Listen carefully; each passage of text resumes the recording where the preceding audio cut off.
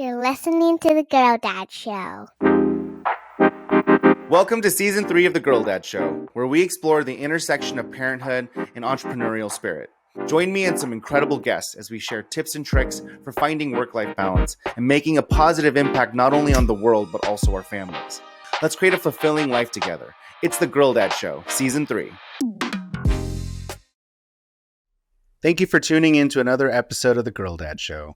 Today is another Girl Dad Talk where I share with you my professional parenting journey in between amazing guest interviews with incredible parents building professional success while raising their family. Today is a Girl Dad Talk, like I just said, and I want to talk to you a little bit about this concept of communal living. I have a former guest and a really good friend of mine named Eric Liu that has been talking to me a lot about this, about buying a piece of land together with a group of friends and building houses on this piece of land and having community-based, recreational activities like a pool or a rec center, maybe both, common area, whatever there may be, and living in a communal town, like compound style. And it is such an interesting idea. And I've always thought of this as a weird thing to do, especially when I started getting advertisements for it on Instagram and TikTok as I was scrolling mindlessly through, just vegging out moments. And I would get advertisements for these things. And I was like, oh my God, that's so crazy and weird. But it would always kind of stuck with me. And I was always kind of like, but it's also kind of cool. And I just started to think a little bit more about it. And I started to research it and started to look at this company that was advertising that basically did this as a service. You basically pay them and they find you a piece of land. You design out your spec homes or the homes that you want, and you pick the amenities, and they either parse out the prices for you, so there's equal proportions to all the people that are joining the commune, or you'll pay for all of it and then you sell off the pieces, right? Or you rent out the pieces. And it's a pretty interesting concept. And then lo and behold, my good friend Eric actually was like, hey, have you ever heard of this idea of communal living? And it literally blew my mind, because my gut reaction when I first saw that on Instagram was like, whoa, weird. Why am I getting targeted for this? And then it had already kind of matured and marinated in my mind. And so by the time he said it, I was actually like, I have heard of it through Instagram. And I wonder if we're getting targeted by the same ads, but it was really, really interesting. So we had talked about this about 6 months ago. He brought it up about 6 months ago. And now we talk about it all the time. And we're constantly sending each other different data points and facts. And there seems to be a growing group of people that are doing this. Obviously more people on the retired side, right? So people that are retiring together with their friends and then, buying houses next to each other or buying a compound and living together. But I actually think there's actually quite a few more people that I've been seeing, at least on social media, where they're doing it and they have young families. They have young kids. And I can totally see the power of this. When I think back to, Korea, visiting Korea, and seeing, some of the people living in the countryside, or, just how people lived previously, just even in the previous generations, there was this kind of centralized, family community. And you didn't always leave the nest. You stayed with the nest, and you stayed with the home, and then you expanded it. And then eventually you would branch off or leave off, but there was no need to leave. And I'm not entirely sure how all of that works, but I totally know the power of having a community that's family and kind of having that coexistence and domicile, right? You can centralize care.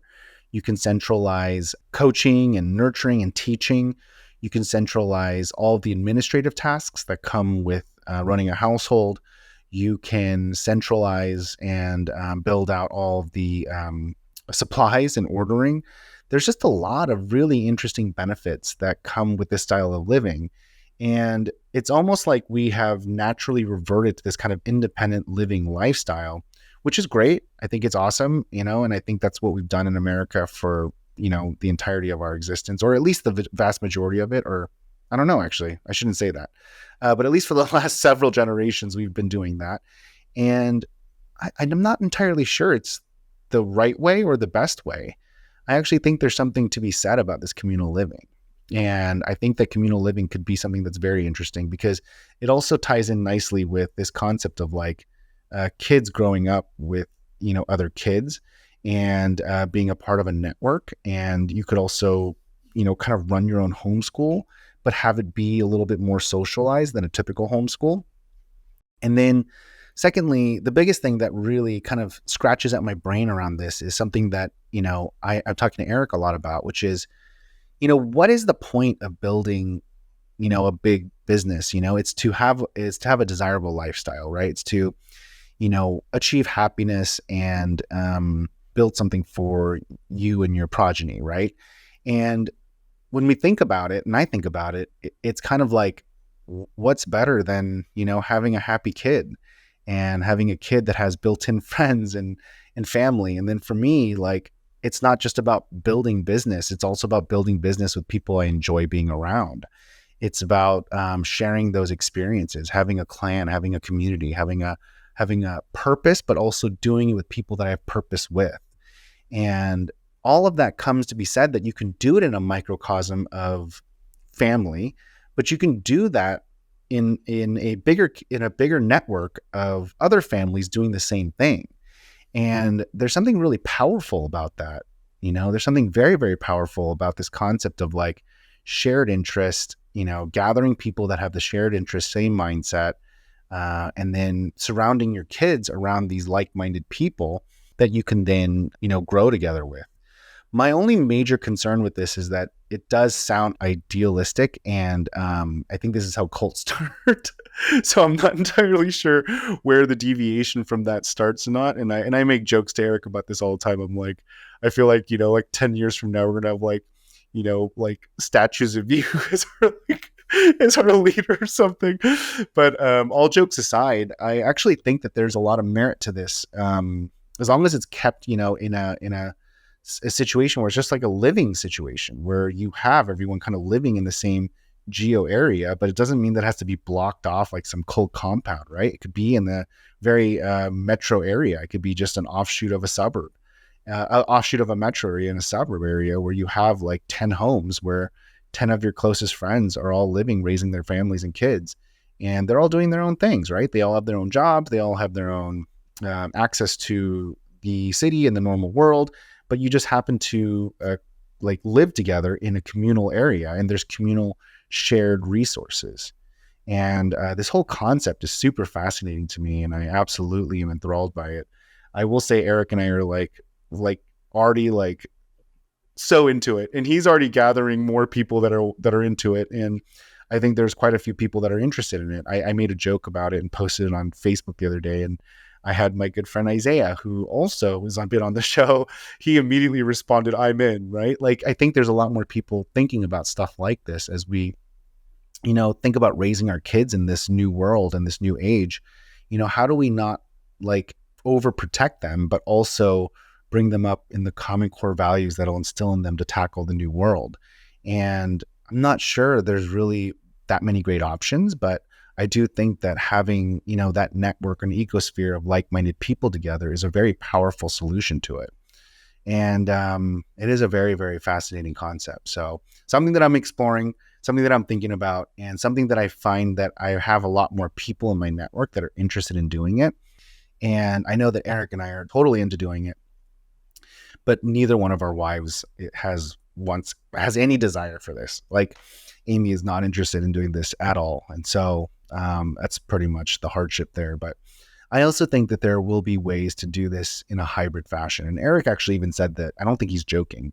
I actually think he's planning on, in the next 5 or 10 years, building it himself and then letting people just buy a portion of, or buy their house from him. And then people just use it as a vacation home and just come in for 3 months out of the year and do whatever. But having people ebb into it, because I think he sees it. I think he knows it's the future. But it kind of goes back to a conversation him and I had about building these kind of businesses to support your lifestyle, right? So let's say you got all these businesses set up and you were able to have good, lifestyle. You had a job, you had a business that you were passionate about. You had good systems in place so that you weren't needed in the job, but you could also work in it when you wanted to. You made good money, and all of these things were taken care of, right? Like, just rattle off the list. What would you want after that? And I think that's the real question, is like, when you have some of these like dire needs, like food, money, purpose, skills matching, all these things kind of fit and met, the next thing that you're going to want is a sense of purpose and community. And it goes down to like, who are you working with, and who are you working with? What are you working with who on? And I think that's really like an interesting concept, right? Because I'm still in a place where I need to make more money, and I need to strive and work really hard to achieve, success in my barometer of success. And so I'm not in a place where I mentally can even put myself there. But I think Eric is. Eric has been in that place for about 8 or 9 years now. And I think that he is, able to think about what the next thing that he wants is. And I think that's why he's so much more confident in that this is something that he thinks is going to be good for him. But I actually believe him, because when I try to even project myself as a 70-year-old person looking back at my life, and I think back to what would make me happy, it's not going to be, monetary things. It's not going to be boats or cars or anything like that. It's going to be that I have really happy kids. I have really great friends. I have a community of people that love me. I love them. And we all built and worked on something together, or we have common purpose and goals. And it's going to be the fact that they're all symbiotic to a certain degree, right? It's that those relationships are going to be there, and there's going to be people and family that want to hang out with me and be a part of something with me. And I'm a part of something that's their building, right? And so I think that is really what would make me super happy. And I say this because I think about when my grandpa passed away, and he passed away as a fairly successful businessman. And I'm not entirely sure. A lot of people showed up for his funeral, and a lot of people told me he was a great man. And I know that he did a lot of great things for the community and for the country, but I'm not entirely sure I feel confident he had, a group of solid friends and even family, to be honest with you, that really knew who he was. And I think that that's the sacrifice he made, coming from a war-torn country to build and provide for his family. But I think that sacrifice allowed for my dad to do the same, right? And honor that and be a better evolution for his dad. And I think that my dad's sacrifice allows me the luxury of going one step beyond that and trying to be happier, not just in the I need to provide for my family way, but also to be more happier as a, human being way, especially as I think about, the latter part of my life, right? I mean, I'm in my mid 40s, and just thinking about like, what does that look like? What is the purpose of all of this? When I do solve this whole thing about like making money and what I want to be when I grow up, and I solve for this issue, it all should turn around at some point. And then I need to figure out, what do I want to do with the rest of my life? And it can't just always be about this, there has to be more to it. And when I think through it, I think that communal living has a lot of interesting aspects to it that I'm very, very fascinated about. This episode of The Girl Dad Show is brought to you by you.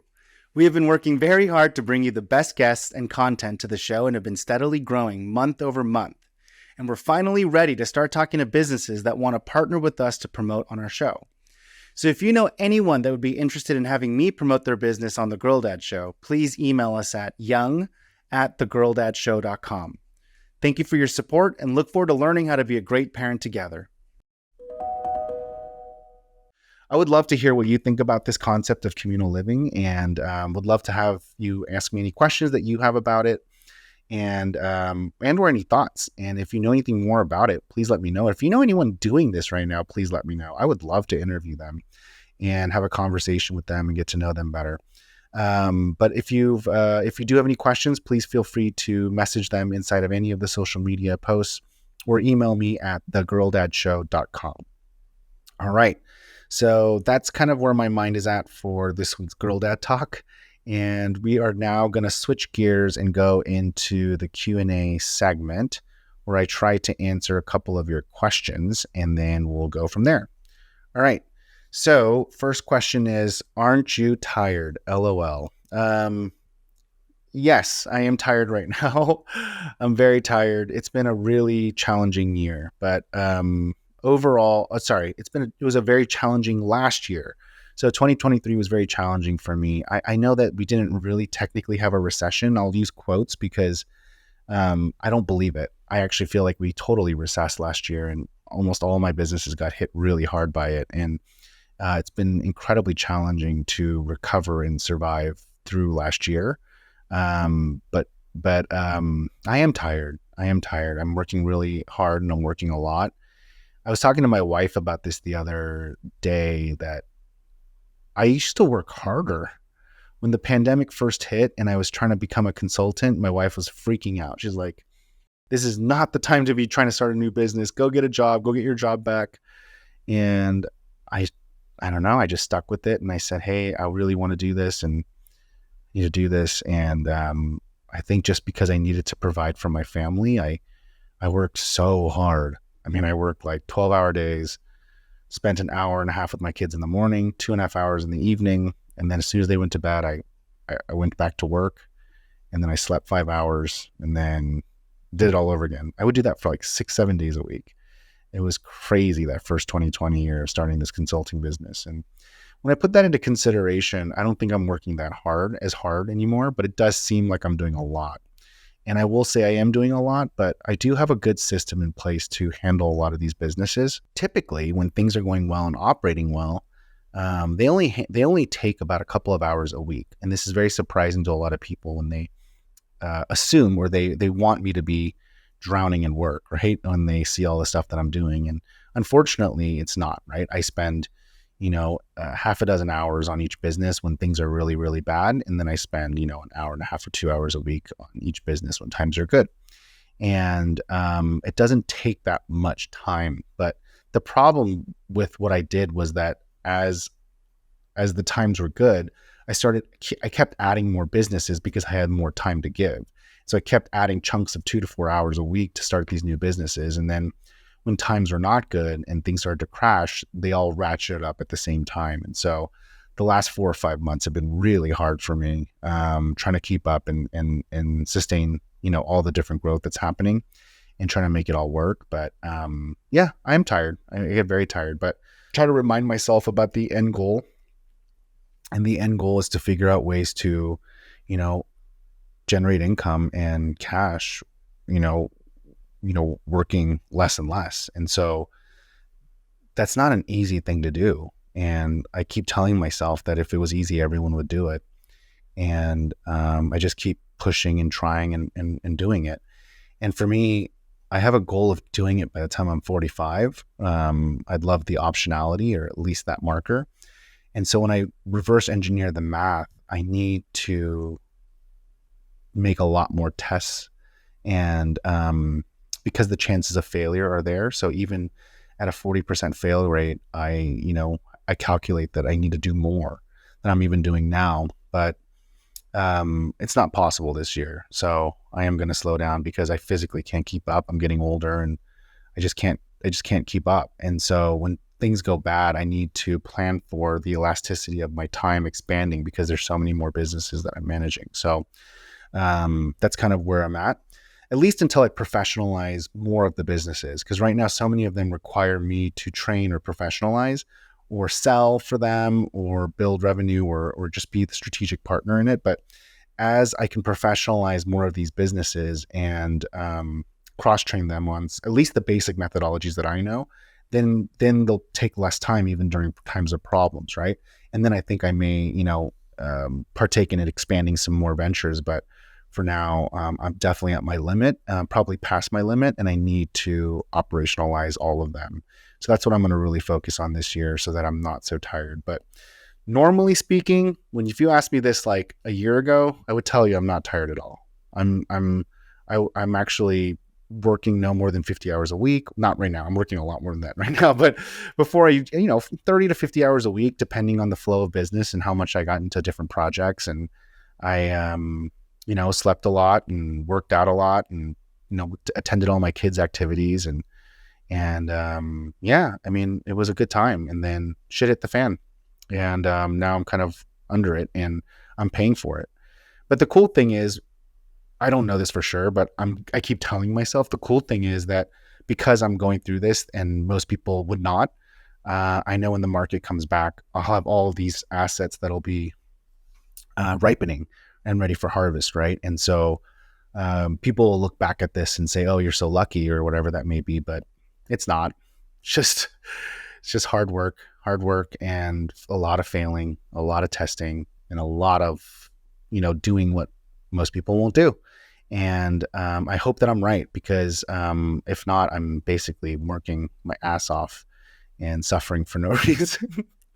But at least I'll have evolved, right? So I keep telling myself that as well too. I mean, worst case scenario, I'll have learned something and broadened my scope of work and my skill set. But that's my answer to that question. Okay. Man, it takes way too long to answer that simple question. Sorry. All right, let's go to the second one. Would you ever move back to California or another hustle and bustle city, or are you done with that fast-paced type of environment? I actually would move back to California. I totally would. I would move back to California under a fairly unique set of circumstances, right? One, I would like to have enough cash flowing businesses so that I can afford to have it be my second home.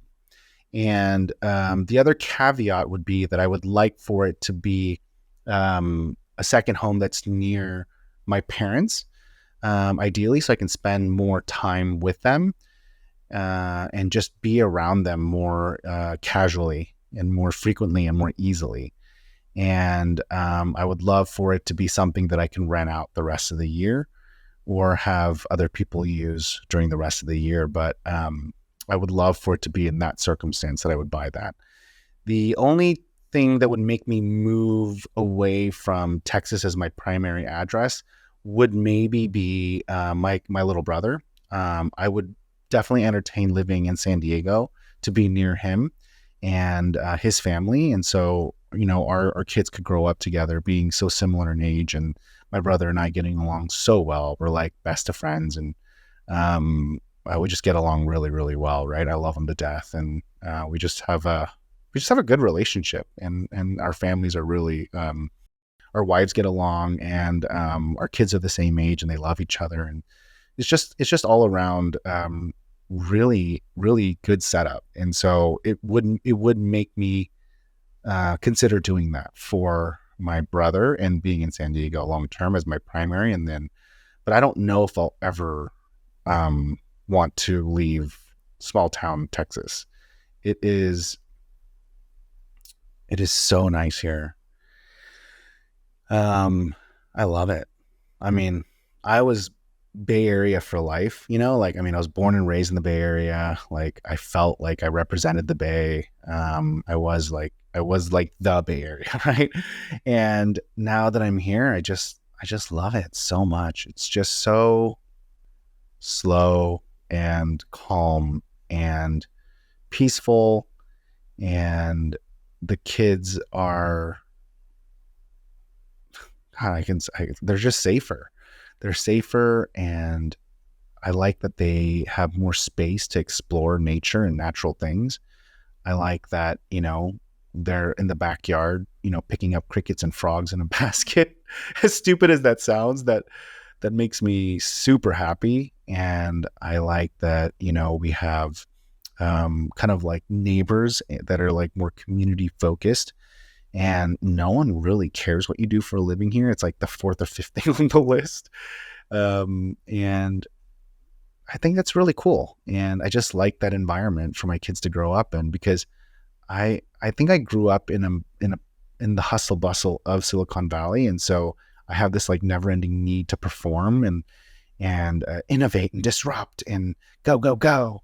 And I think my kids are going to grow up, just laughing about the most simplest things and enjoying, gardening and nature and being outside and soaking in the sun. And and just being a little bit more sedated in their aspirations in life. And not to say that that's what's going to happen, because I think Lily's is a spitting image of my characteristics, and she seems incredibly aggressive about everything she wants to do and gets super pissed when she loses and she doesn't achieve something.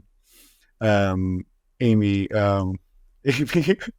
always tries to teach her how to be have more decorum when she loses. And I'll like secretly, just be like, that's okay, be pissed off, don't lose next time, or like, I'll egg her on. There was something about I know I'm getting on a tangent here, but there was something about it was Peter Thiel. Peter Thiel said that. And I don't really know too much about him, but I do love a quote he said. He said, "Show me a good loser and I'll show you a loser." And that's such a funny quote to me. And it makes me laugh so hard. And I obviously want Lily to be appropriate, and, I want her to be nice to people and kind. But I will say that she has that ferociousness, the kind of like drive to compete and win. And I love that. I absolutely love it. And so I do think that she'll find her way, whether that's in arts or business or music or whatever that may be. I don't really care, but I do think she'll have that. But I just want her to grow up in an environment that's a little bit more open-ended. And so for me, those are the criteria that I would use to move back to California. And the reality is it'd be very hard for me to uproot my family from small town Texas during the child rearing days. And perhaps my wife and I will go back once they go to college or they move out. But up until that point, I want them to grow up in an environment where it's a little less, it's more insulated and just allows me to have a lot more impact and influence on my kids. And then the opportunities around them are more open-ended, and they can kind of choose the path that they want. Where not that you can't do that in Silicon Valley, you just feel like it's very high pressure there. And I never realized how much pressure there was until I left. And then you start to like feel like just like mountains of like anxiety and pressure just fall off your shoulders. And I still love the Bay. And I think it's, a grouping of some of the smartest people in the world are gathered there, right? Doing the most innovative, disruptive things, and incredibly cerebral and smart and intellectual people. But do I want that from my family right now? Not really. And those would be the criteria that I would need to move back. All right. So that goes for today's Girl Dad Talk. And let me see what I have to do next. I have to ask you guys to please submit any other questions that you have. If you enjoyed this series of me answering questions, we will continue to answer them. And so what helps is if you ask me questions, and you can go to thegirldadshow.com and submit a question by emailing on the form, or you can literally ask a question in any social media platform that you see this post on. It's The Girl Dad Show on almost all the platforms, on all the social media channels. So just comment on any of the posts, a question, our team will make sure it gets to me, and I'll answer them in these Girl Dad Talks ongoing. That being said, thank you so much for tuning in to another episode of The Girl Dad Show. I have so much fun recording these and sharing my story and journey with you. And I'm so grateful that I started doing these Girl Dad Talks in between the interviews, because it does make it very fun for me to share with you my journey and who I am a little bit. It has led to some amazing relationships.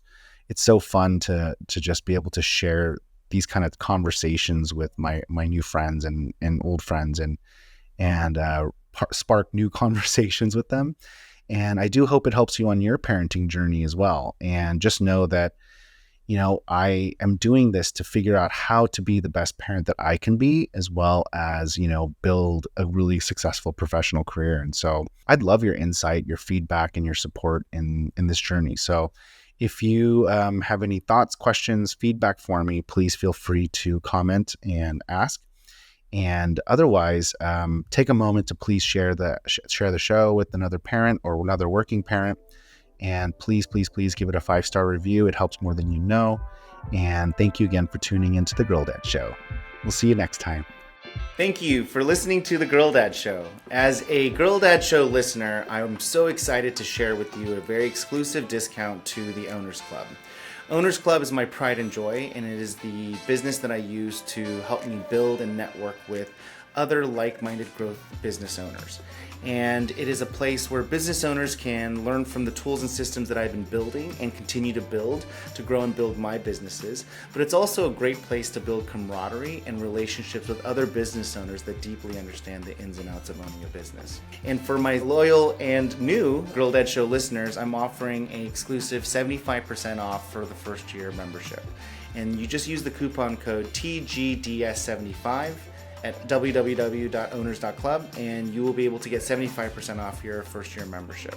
I hope this helps you on your professional journey as much as this podcast helps you on your parenting journey. Thank you.